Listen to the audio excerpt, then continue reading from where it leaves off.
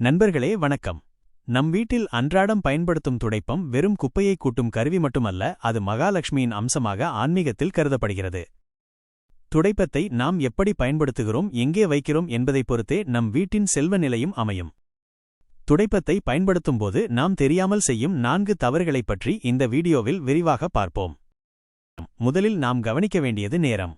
பொதுவாக சூரியன் மறைந்த பிறகு, அதாவது மாலை 6 மணிக்கு மேல் வீட்டை பெருக்கவோ அல்லது கூட்டவோ கூடாது. குறிப்பாக வீட்டில் விளக்கேற்றிய பிறகு துடைப்பத்தை தொடவே கூடாது என்று பெரியவர்கள் சொல்வார்கள். அந்த நேரத்தில்தான் மகாலட்சுமி வீட்டிற்குள் வருவார் என்பது ஐதீகம். அந்த நேரத்தில் குப்பையை வெளியே தள்ளுவது வீட்டிற்குள் வரும் லட்சுமியை நாமே வெளியே அனுப்புவதற்கு சமம். இது வீட்டில் தரித்திரத்தை உண்டாக்கும். அடுத்தது துடைப்பத்தை வைக்கும் முறை.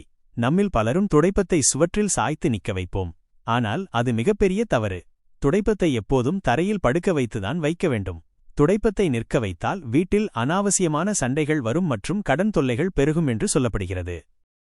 மூன்றாவது விஷயம், துடைப்பத்தை வைக்கும் இடம். நம் வீட்டிற்கு வருபவர்களின் பார்வையில் துடைப்பம் படும்படி வைக்கக்கூடாது.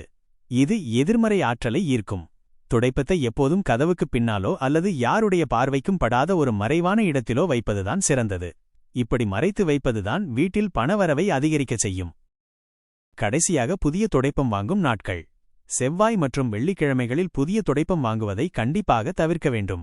இந்த புனிதமான நாட்களில் துடைப்பம் வாங்கினால் வீட்டில் தேவையற்ற பணவிரயங்கள் ஏற்படும்.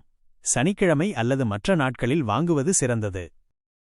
இந்த ஆன்மீக தகவல்களை உங்கள் வீட்டிலும் பின்பற்றி பாருங்கள். நல்ல மாற்றங்களை நீங்களே உணர்வீர்கள்.